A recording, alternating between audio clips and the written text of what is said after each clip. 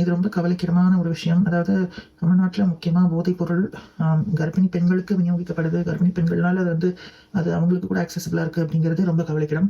அது ஆஸ்திரேலியாவிலாம் பார்த்தீங்கன்னா இந்த மாதிரி ரெக்கார்ட் போதைப் பொருள் யூஸ் பண்ணுறவங்க அவங்களால குழந்தைய அவங்களால வளர்க்க முடியாது. இது அரசாங்கம் அந்த குழந்தைக்கு எல்லா நலங்களையும் பார்த்துக்கொள்ளும்.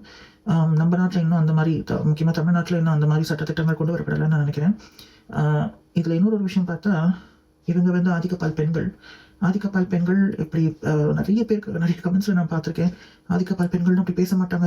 அவங்களுக்குலாம் பெண், அவங்க உண்மையாலுமே பெண், அவங்க பிறப்பிலேயே பெண், அதனால அவங்கெல்லாம் பேச மாட்டாங்க அப்படின்னு சொல்லுவாங்க. ஒன்று. ரெண்டாவது, இதுவே திருநங்கைகள் செஞ்சிருந்தோம்னா என்னென்னலாம் பேசியிருப்பீங்க மக்கள். நீங்கள் உடனே அவங்களை கொல்லணும், அவங்க இனமே இருக்கக்கூடாது, அதையும் 9ங்க, அழிங்க, உசுங்க, பாடுங்க, பொட்டைங்க, இதுங்கெல்லாம் உயிரோடு இருக்கக்கூடாது, அடிச்சு கொள்ளணும், என்னென்னமோ போட்டிருப்பீங்களே மக்களே. அதுவும் யாரோ ஒருத்தர் செஞ்சதுக்கு அந்த சமுதாயத்தையவே அந்த சமூகத்தையவே என்னென்னமோ பேசியிருப்பீங்க. இப்போ 2 ஆதிக்கப்பால் பெண்கள் இப்படி பண்ணியிருக்காங்க.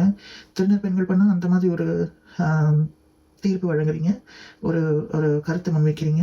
இது ஆதிக்கப்பால் பெண்கள் பண்ணியிருக்காங்க. என்ன செய்ய போறீங்க? வாழ விடு.